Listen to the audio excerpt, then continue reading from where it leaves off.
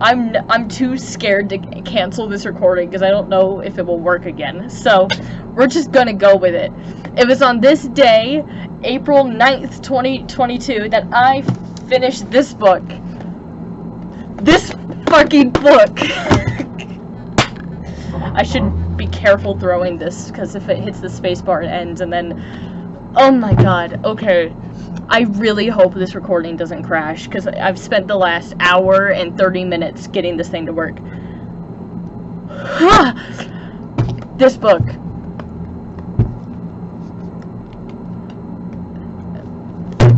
I don't have words. I've spent the last hour, 40 minutes while trying to get this to work to get words to talk about this, and I do not have words. Oh my god. Okay. There's the introduction for today. So, you know, there's that. I will get into non-spoilers, but I want to start by just saying that I stopped in the middle of this book. Not because of the book, but because school has been stressing me out to the level that I can't read. It happens sometimes. I just get so drained and just everything that I can't even read a book anymore. Usually reading's my getaway from school and from, like, work stuff. But there's a point in which staring at words on the page just isn't compatible with my brain. It just happens sometimes. So I kind of set it aside for a while, and I was starting to feel really bad that I set it aside. So what I did is I loaned the ebook edition from the library on my phone, so that anytime I'm bored and had my phone, I would have to read. It's either reading or Sudoku. And if I'm not in the mood to do Sudoku, then I have to read. And I also did some punishment things where, like, if I were playing a video game and I died, then I had to read a chapter kind of thing. And it worked. Sometimes I just need that little push to read, and then I start reading. That's what happened today. Today I was like, you need to read. And I started reading, and it... as soon as I hit the scene, I mean, even before that, man, there was a moment where it hooked me, and it was gone. I mean, the end goes by so fast, because you have all these super long chapters. That's the other reason I slowed down. I'll talk about it more in non-spoilers, but there's these really long chapters all back to back, and I can't do long chapters well. But at the end, it's all these short chapters in a row. Oh, God. Okay, disclaimer. I'm emotionally dead, but I'm also, like... and at the same time I have a headache, so bear with me in this video. It's also probably gonna go quick, because again, I set this book aside for so long that I honestly don't remember a lot of the first half. That also happens sometimes, and I feel guilty as hell. But oh my god, this book. It's definitely a step up from the last one. For sure. To get started. Step up. By a lot. This is...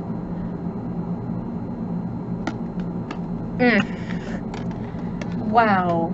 The entire book, it's kind of... It just goes. You know, you're just kind of following along. You're like, okay, this is interesting. There's, you know, this scene. Oh my god, that was a little intense, and then, like, going on, and you're just following along the story, and then, as Sanderson does, Sanderlanche, and then, it, like, smacks you in the face at the end. Things get really, really intense really fast. And then it happens, and then you're just dead. And that's your impression of the book. That's gonna be your biggest impression. Anytime you think about the book, you're gonna think about that, and not any of the rest of it, which can be a good thing and a bad thing. But God, this is one of those books I'm going to have to reread this for sure, 100%. I need to reread this if I really want my take on it. Oh my God.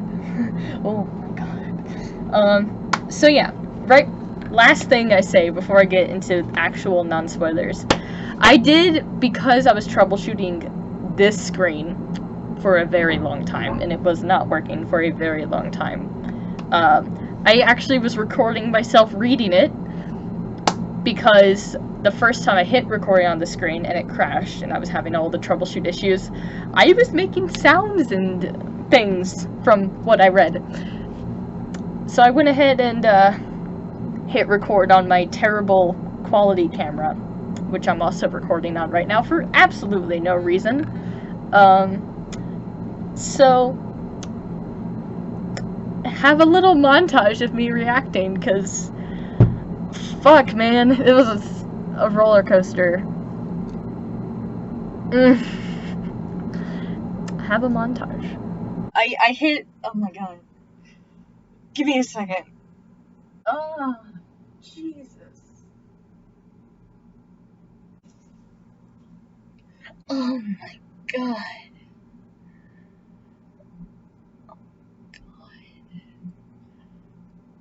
I'm not even done yet. I can't read the next page for a few more minutes, man.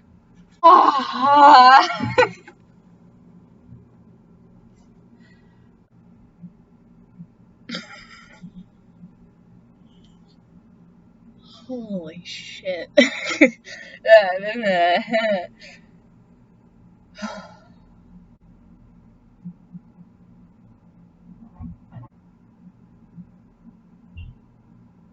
What is the rest of this book at this point? Epilogue. Holy shit, man. Holy shit. That is... Oh, I need emotional support.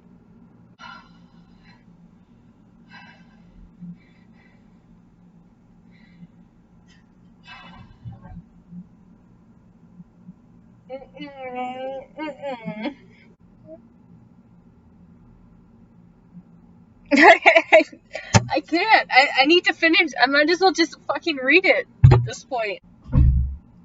You know when you feel your emotions are so numb, your limbs start tingling? That might just be a me thing, but I'm getting it right now. My arms are tingling.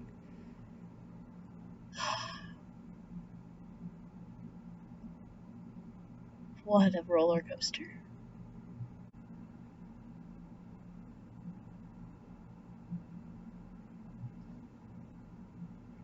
Get everybody drunk. You go, Wayne. I don't have the emotions to laugh, but go you. Mm-hmm. What does that mean? That is stressful. I'm at the end. I read the last page. Oh my god.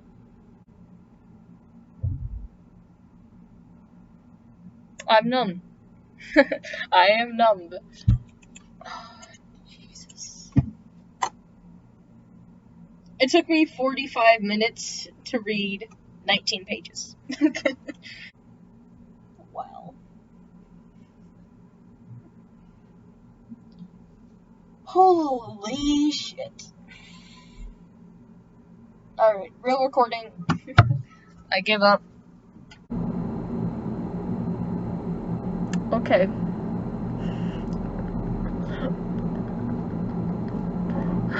I'm still feeling some of those emotions now. Like, they're not gone. They haven't gone away. The amount of times I've run my hand through my hair, that's the first stress indicator. There's a lot of stress indicators there, but that is the first one. Holy hell. Holy hell. There's no other words. Stressed. And oh my god, this book. This book.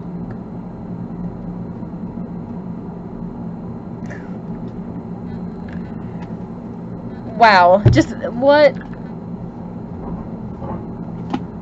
a disaster. Okay. Non-spoilers, at last. What non-spoilers do I have?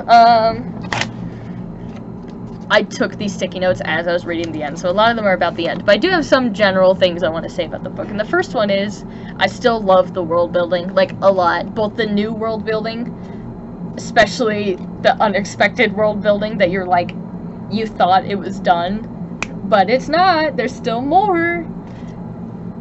Kind of like real life, really. We never know. As soon as we think we know and understand something is when we learn more. As soon as we're like, oh, this is how space works, we're like, well, wait a second, dark matter, or something like that. Especially in science. Science is the best explanation, but you know, we think we found all the elements in the periodic table, and then we find more elements. It's exactly like that. As soon as you think you've learned everything about the fundamentals of the world, nuh-uh, there's more. And that's realistic in the end, as I just said. So, I really like that aspect. But I also love all the world building that echoes back to the first series so much. I miss the first series so much. I miss the characters in the first series so much. Reading some of these scenes and also figuring out something that I somehow never put together, even though I'm sure was said at some point and I just missed it, made me miss the characters in the first books so freaking much. And also, I don't know if it's a spoiler, it probably is, but we meet some people in here that gives a lot of nostalgia. I think that's a good way to put it. And the nostalgia, again, calls back. But also, learning how, I said this last time with Alloy of Law, but like seeing how the world now looks back on the reflections of it kind of thing. Kind of like how we look back at like Roman history, certain parts of our society, I guess. Look back at Roman history and find it interesting, but we also rewrite it in our own way. History's always being rewritten, but also repeats itself. But it's also being rewritten, if that makes sense. So seeing how certain things are rewritten, but certain things are like myths or whatnot, like people are unsure how they have monuments or how they celebrate things or religions and everything. Fascinating to me, and I love all the little hints to it in this book. But I also, along the same lines but different, love the character building. Like, the characters, well, they grow. Characters always grow. I feel that majority of all characters I like are round in some way. They're not, I don't think there's any purely static character that I love. I think every character is round in some capacity. So they are changing for sure, but it's also that we're learning more about them that we didn't know in the first place. So something that they've probably always had as a skill, but we just didn't know until it came up. Especially with Wayne. If you don't know, this is called the Wax and Wayne series, so it's not a shocker that Wayne is in this book. And just learning more about him constantly and how he thinks and stuff. The first book, we weren't in Wayne's perspective that much. This book, we definitely were in Wayne's perspective more. And he's a fascinating character. Like, first of all, he brings all the comedy pretty much on his own. And he's amazing, and he's funny, and he's hilarious. But he's also, like, subtly smart in a very, like, he's an underestimated character, for sure. Like, you will always underestimate who he is and how he is until you're in his brain, and then you're like, huh, there's really something to this guy. So, I really like Wayne. He's an amazing character. Wax is also an amazing character. Oh my god. We will get into the other part of that in spoilers, but I still love Wax as a character generally, and how he's kind of, in a way, exploring himself, because I can relate to this. He's kind of locked in who he is. He's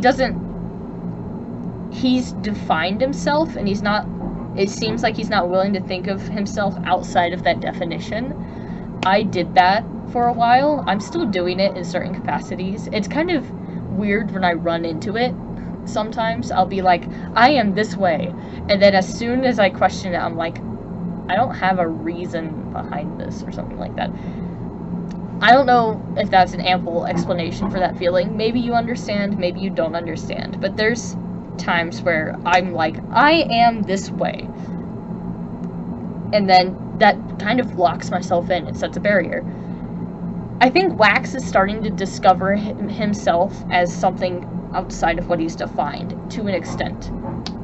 I don't know if we will see that, but that might be me seeing something because of my bias or whatever. But that's what it seems like to me, is that he's starting to, like, realize that maybe there's a little bit more to him.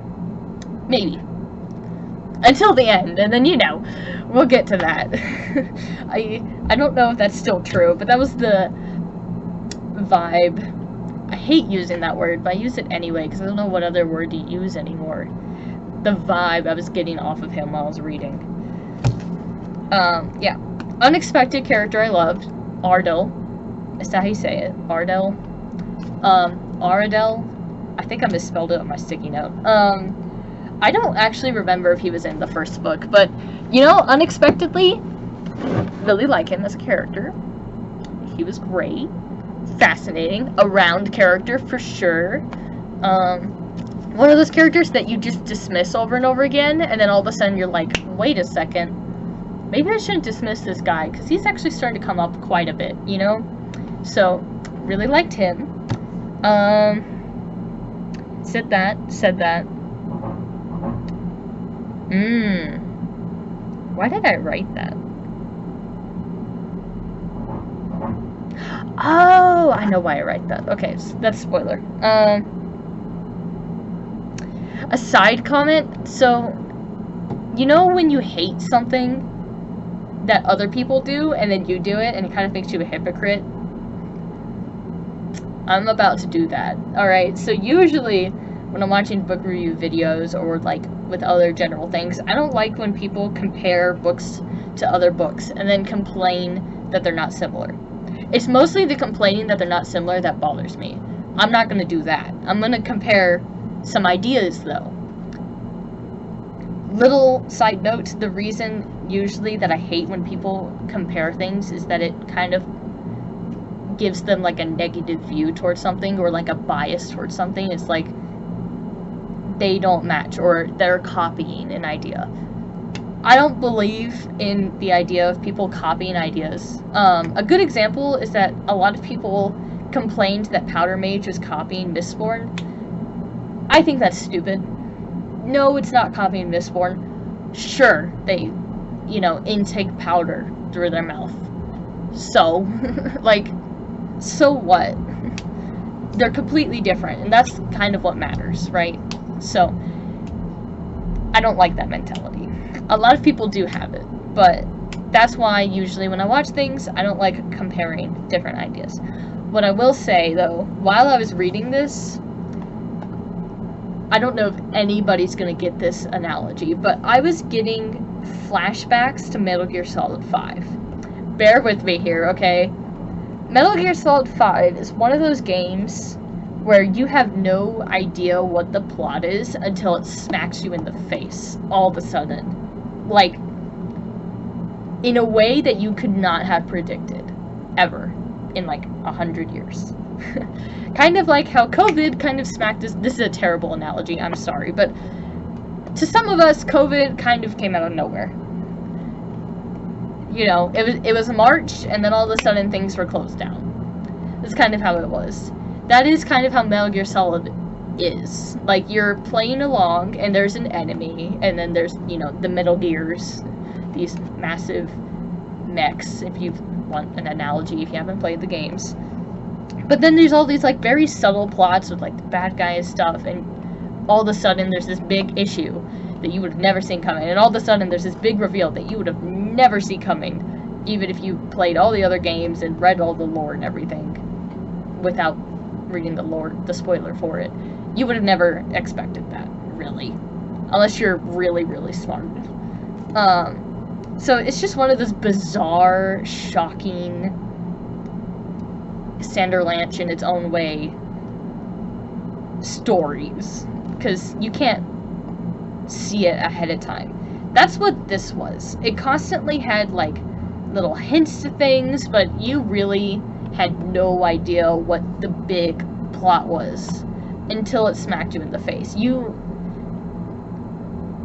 It's not even like a mystery novel. Like, some mystery novels, you get the hints and stuff and you can't figure it out in time, which is what is meant to happen most of the time. It wasn't even like that. This is just the kind where you're, like, so lost on what it is that you're like, I guess it's just unpredictable, even though the book keeps hinting to you that it is predictable. Maybe you'll only understand what I'm talking about if you read it, but for real, I was getting flashbacks to that, and I think it's fascinating how it all came together, because it definitely has that extra punch. Just like how Metal Gear Solid 5, for me, had that extra punch. There were moments playing that game where, again, it felt exactly like this. It just... and then your heart is weeping on the inside. Good moments, good times. They're amazing. I love that game with my soul. I do recommend it. I like it because it's like this. That is why I like that game. Other people hate it. Other people are just like, I don't see why people like this game. Other people think the plot is too cliche. Yes, it's cliche. All the Metal Gear games are cliche. Especially Metal Gear 3 are super cliche. But there's just something about the surprises to it that just... So, recommend. And I recommend this book. Obviously, it's really good. And the only other analogy I'm going to make is to Dresden Files. Not saying that this book is like Dresden Files, but there's one thing in this book that reminds me of Dresden Files, and that it is a compact story. What I mean is, all of this book takes place in just a few days. Dresden Files, some of those books, like the entire book, takes place in one night.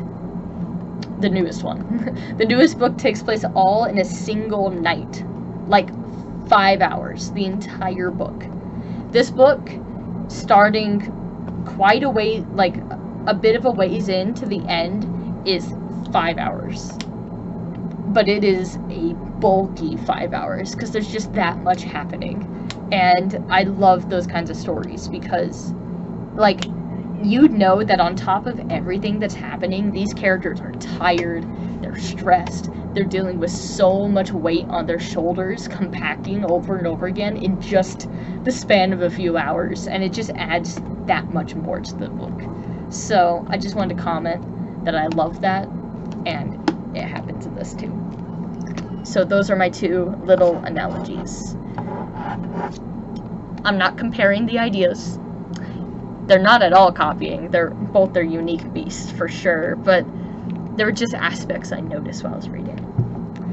Alright. I wrote, oh my god, because I just wanted to reiterate all of my reactions. I can't. This book. It's a beast. It's a monster. Oh, actually, I had one more analogy. And this was something I complained about with the other series. And I guess I just need to learn to not complain about it. For sure. Because it is... I understand why. It makes perfect sense why.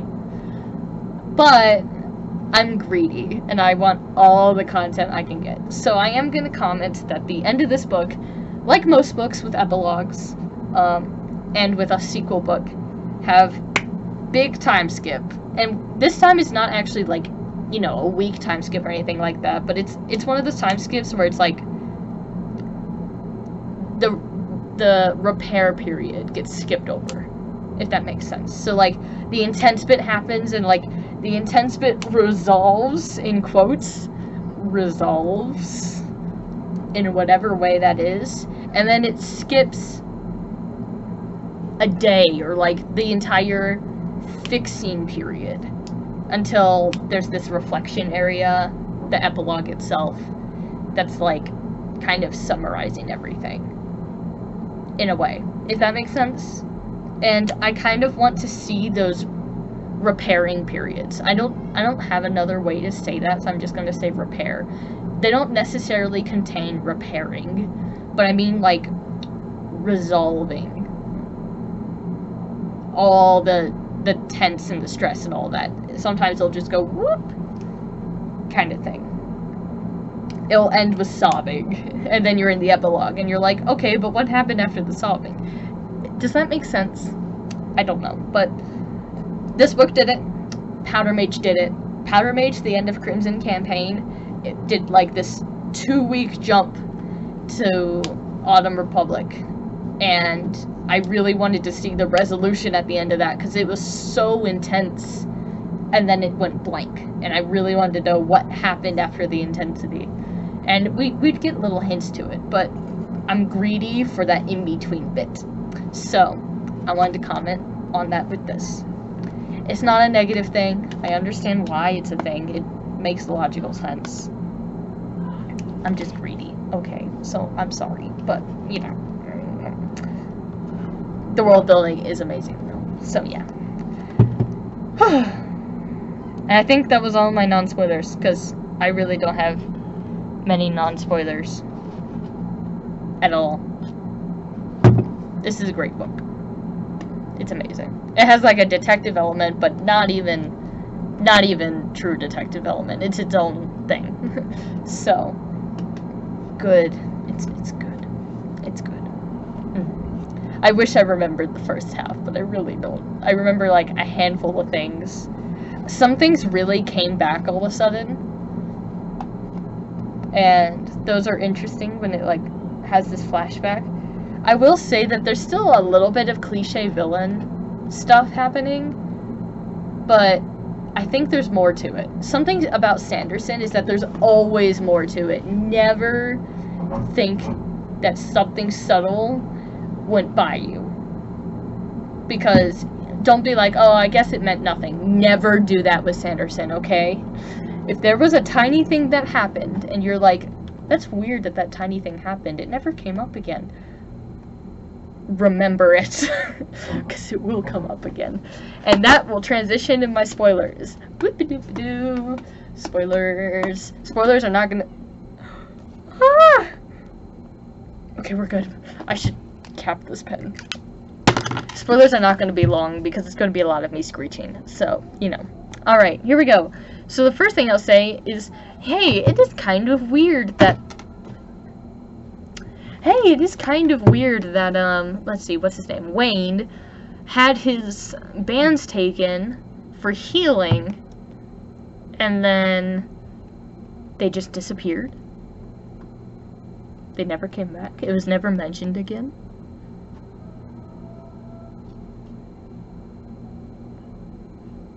Leslie, in quotes, Leslie stole them.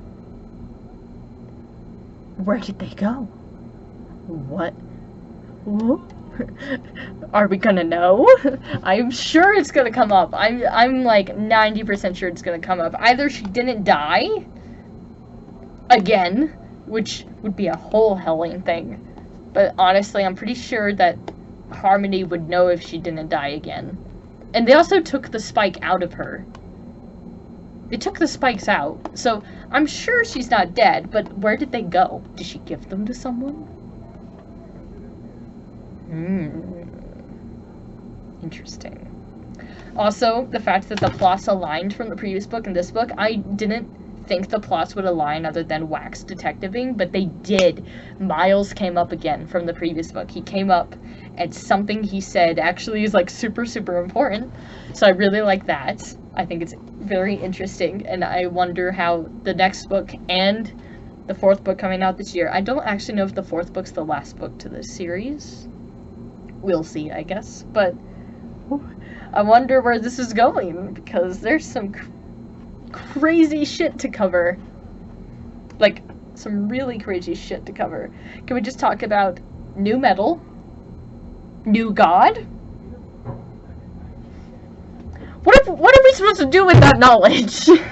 Do we just leave it there? Like, I can't theorize shit about that. I can just sit here and do nothing.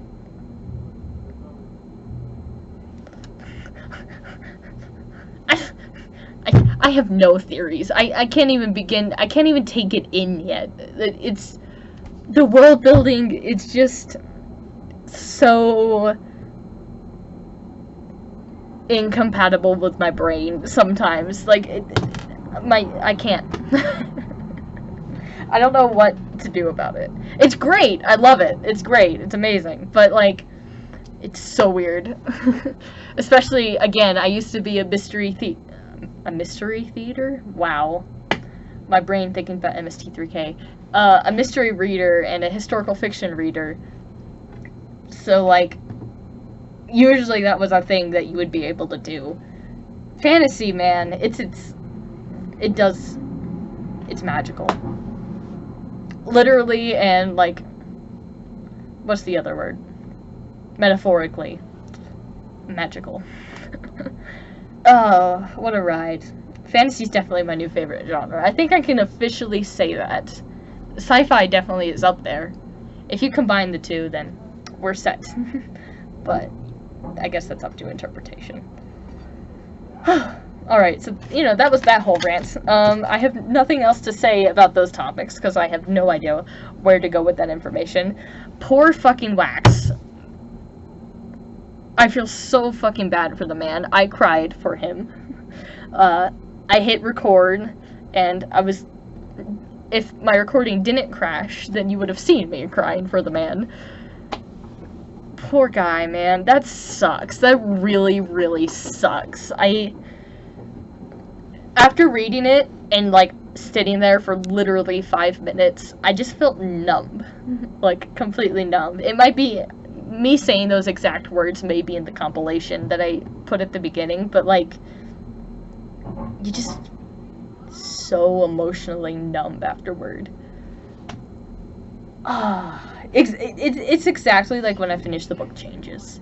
Changes, I just felt numb. There was no other explanation for how I felt when I read that chapter. The exact same thing happened here. After I read that few paragraphs, both cases, when I read those few paragraphs, the emotions just wipe. It's like reset, numb. You can't even take in what actually happened. I had a feeling that she was acting creepy the entire time, and I was like trying to figure out like why. There's something weird going on here. There's all these little tiny hints to this over and over and over again, and there's something weird happening. And man, it's a punch to the heart. It really it's more than a punch to the heart. It's a spike through someone else to the heart. It's a real Marsh moment. What has Marsh been doing this whole time? Who knows? At least in my next point, Tensoon? I mean, you know, Melon too, but Tensoon? I love meeting Tensoon. Tensoon's awesome. And we got to talk to, like, Seize pretty much directly here. I mean, it's Harmony, but, like, basically got to directly talk to Harmony in this book. That's pretty cool. I honestly could not care less that there's now controversy about Harmony. I do not care. My opinion is not going to change. I will adore the characters from previous books, except for Alriane. Even if they do terrible things. There's this line that Wax has in this book talking about his ancestor. Breeze is his ancestor. I did not put that together. I'm sure it came up and it just flew over my head. Edgard, I think is his first name, Ladrian, flew over my head that was Breeze. But that's Breeze. Woo! Anyway, he was talking about Breeze is the kind of person that Wax would want to just punch in the face and probably did terrible, terrible things. He's not wrong. I couldn't care less what terrible things Breeze did, okay? I liked Breeze. Do I feel guilty that I liked Breeze because other people hate him? Yes. And I also hate a certain aspect of his character that I've already mentioned. You know, opinions, okay? There's some definite opinions there. Though, honestly, it's kind of her fault. And, you know, evidently, Wax happened. So, you know. But I'm just not gonna think about it. And I still love Breeze, and I miss Breeze. I miss Breeze. I miss Says. I miss Elend. Elend didn't really come up in this book, but every time they say Elendels, the name of the city, I'm just like, oh, man, I miss Elend. I miss Vin. Tensoon reflecting on who Vin was. Also just a moment. And also them going through the caves and, like, the pits of Haston and Wax experiencing this history. So much nostalgia for the original series. I want to reread it again so bad. I want that heist story again, even if the heist goes to complete shit in part 3. I want it all over again. I want it fresh. I want it new. I want to re-experience this world. So I might be moving up that reread of Mistborn. I really, really want to reread it so bad. All the callbacks are amazing. I didn't put together who Milan was, even though it was spelled M-I-L-A-N and then M-E-L-A-A-N, I think. Didn't put that together until, like, she revealed herself, and I was like, oh, idiot. Duh. I felt like I should have seen that coming. But yeah. Kandra. Thanks. I had a moment early on where I was so worried for the characters that I stopped reading for a day. And, like, I was pacing around the room, and my roommate yelled at me for pacing. I think it was when I figured out that Leslie, in a way, like, at the time, I thought that the bullet through Leslie ingrained into Bloody Tan, and so Bloody Tan had a spike, is what I figured. That's, like, what my brain processed. So, like, whee! And then, therefore, hemalurgy. And so I was, like, panicking about hemalurgy being in Bloody Tan and, like, starting this, like, whole plot. I was wrong, but I was stressed as hell at the time for the characters. I thought, like, Wayne was gonna get murdered or something like that. And so I was pacing the room, and my roommate yelled at me. That's how you know it's a good book. If you're stressed for the characters, it's pretty good. I mean, you know, there's a wrong way to do it, but Sanderson does it the right way, okay? And that's what matters. Oh, man. I was also stressed as hell for Wayne. I thought Wayne died. Like, deep down, I feel very strongly that Wayne will not die in these 3 books, but also, I'm still worried, okay? So, I'm a pessimist. So it's never gonna go away.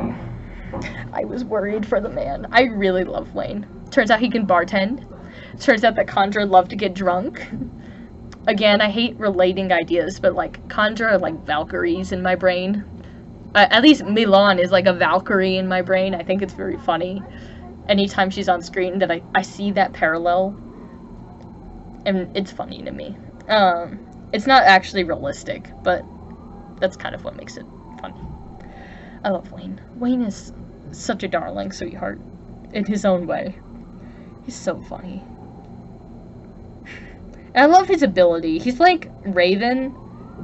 Again, I'm making links. Raven from X-Men without the superpower. Like, the fact that he can do that without the superpower, or the fact that he can kind of do the role of a Kandra without the power of a Kandra, just makes it that much badass. That much more badass. He's basically human. He can't heal, and he can do speed bubbles, but, like, all of his acting stuff, that's all him. And the fact that it's all natural to him is, like, makes it that much cooler. Wax is also fucking badass. Coin shot.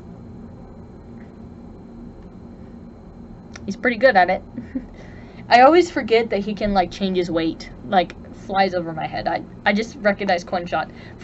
For like half of this book, my brain kept thinking he was a full-on Mistborn. I'm like, why doesn't he use tin? And then I remember, oh wait, he's just a coin shot. He's not even, like, Vin level powerful, but at the same time, he kind of is. And he's a badass with the shotguns. Okay, let's just talk about the shotguns. He's awesome as all hell. He's... Oh, that one fight with Tensoon. Tensoon, I miss Tensoon. That's not a character that I ever thought I would say I would miss when I was reading Well of Ascension, but man, I miss Tensoon. Nostalgia. This series is amazing. It all came together at the end of the book because I had to take a break for like a month, but the nostalgia's real. Photos. I love this photo so much. This also gave me nostalgia. This photo itself with Vin and Elend being held by Kalos and... More Kalos? What is that? What are you? I think those are people. I think those are people, but seeing this photo gave me so much nostalgia. By itself.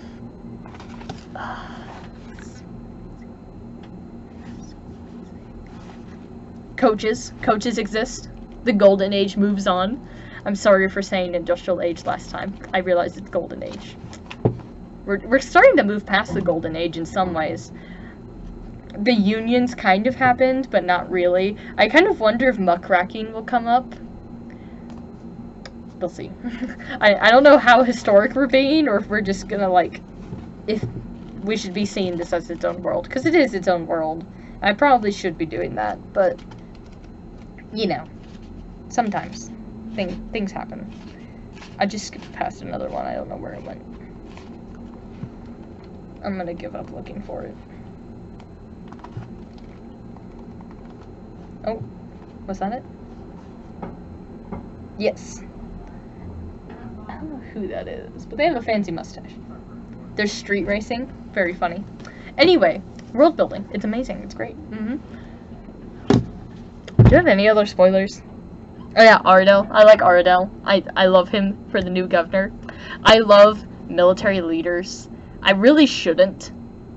I can't tell you why, but like Thomas and Powder Mage, hell yeah, that's Thomas. God, I love Thomas. I really do. I haven't thought about him in like a hot minute, but I really like Thomas. So that's an example of like a military leader. I don't know why, but I love them, especially when they serve as like a leading position. And I'm all for what Ardell did. The fact that he did it like on his whim, I think that's amazing.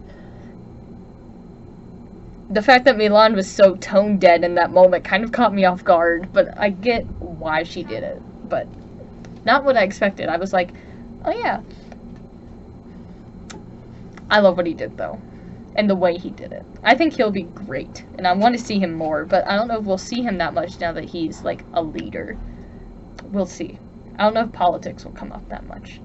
We never actually learned how many people got arrested, but I'm sure a bunch of people did, so we'll see about that. That's one of those time skip things that I wish we knew more about. Like, did people get arrested? Did, like, the city burn down? We don't actually know if, like, how much of the city actually got, like, harmed in the end. So that's something I wanted to see, but never happened. The whole Leslie reveal is terrible. I do think that what Wayne said at the end about Leslie would have wanted to be killed is true. I don't think Wax will be able to acknowledge that, but I do think that that would fundamentally be true to who she was as a character, which is what's kind of fascinating about how everything turned out. But man, it sucks for Wax. I feel so bad for that man. That is rough. Like, rough. That is so bad for that. God. The next book is just gonna be sad, I feel. At least for the beginning, it's just gonna be super sad. I wonder if he'll quit law. I wonder if he'll just give up and, like, retire. Man. Wow. Wax's uncle still throws me off. It's always a weird plot line to me. I don't really know what to think about it. So, you know, that's something that I'm kind of shrug at right now. It did matter to the plot, but, like, the interactions are so weird. The fact that they could just meet up and be like, we're enemies. I guess Marcone and Harry do the same thing in Dresden Files, but that one, it makes more sense. It's like a, I'll one day. we're frenemies until one day when we're not. In this, they're like directly enemies, but they're like, look, I promise I won't kill you this time, kind of thing. Or like, neither of us are able to kill each other at this moment. I guess it is like Harry Marcone, but it's coming across differently to me. I don't know how to convey that, but it does. So, oh well. Oh, alright. I think that's all I got for spoilers. I remember when I said this was going to be short, and then I got passionate. I can't talk to people about books, because then I get too passionate, and then it kind of stresses me out. Over talking stresses me out a lot, and then I do it, and then being the things of being an introvert, an ambivert. Let's be honest, I'm an ambivert. It's weird. Shadows of Self. What a monster of a book.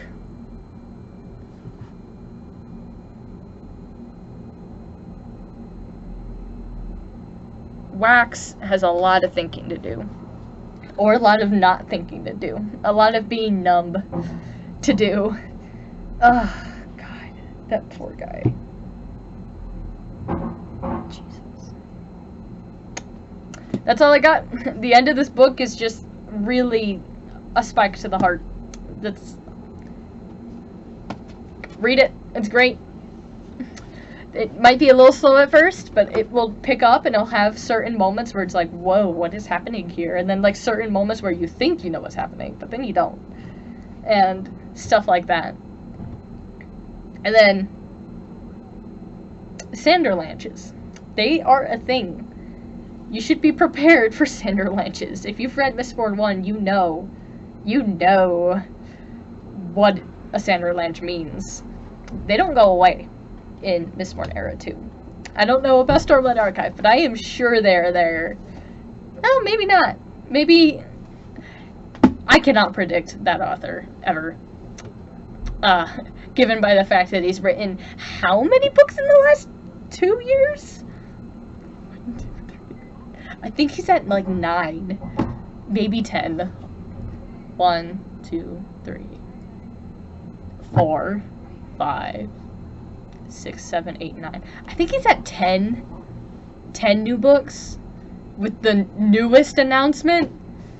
You have to go watch the announcements for yourselves. Okay, you have to go watch them. They're insane. Watch the first announcement and the last announcement. I think the announcements in between all have spoilers, so I didn't do those. But the first announcement and the last announcement are insane. And, you know, the 2020 announcement about Rhythm of War was a big deal at the time. See, now, it's about to be another big deal. The thing is, because he did it in an announcement, I don't know how many people actually know, but it's a thing. So, yeah, that's all I have to say about Shadows of Self. Next book is the third book. I almost said the last book, but it's not the last book. The third book of Wax and Wayne. It's the biggest, I think. Yeah, it's bigger by a bit. It's called Bands of Mourning. And the fourth book will be out this September. So I'll probably read it this September. We shall see. I'm going to be very busy, but I will try. The name of the book, now that I've finished this book, the name of this book is just... it hurts that much more to just read the cover, to just look at the photo of the cover. Fascinating. Alright, so this is the next book, and after I finish this, I will be moving on to Expanse, which are big books, but I want to read them. And I probably am going to need like a tiny itty bitty break from fantasy after this fucking roller coaster. Ugh. Truly a roller coaster. So yeah. I don't have any new books. I need to save money.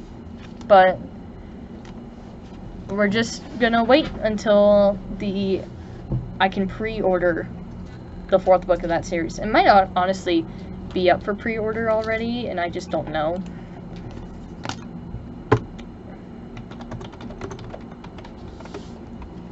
called the Lost Metal? Yeah, it is. Oh, it is. Hardcover. I forgot about hardcover. So it's gonna be like a year. June 8th, 2023. Yeah. So it's gonna be a while. But until then, I guess I'll get the library edition. I don't know what I'm gonna do there. I might buy the Kindle edition and read on the Kindle. Maybe. I'm gonna try for library. I'm sure everybody and their mom's gonna be trying to get that copy, but shrug.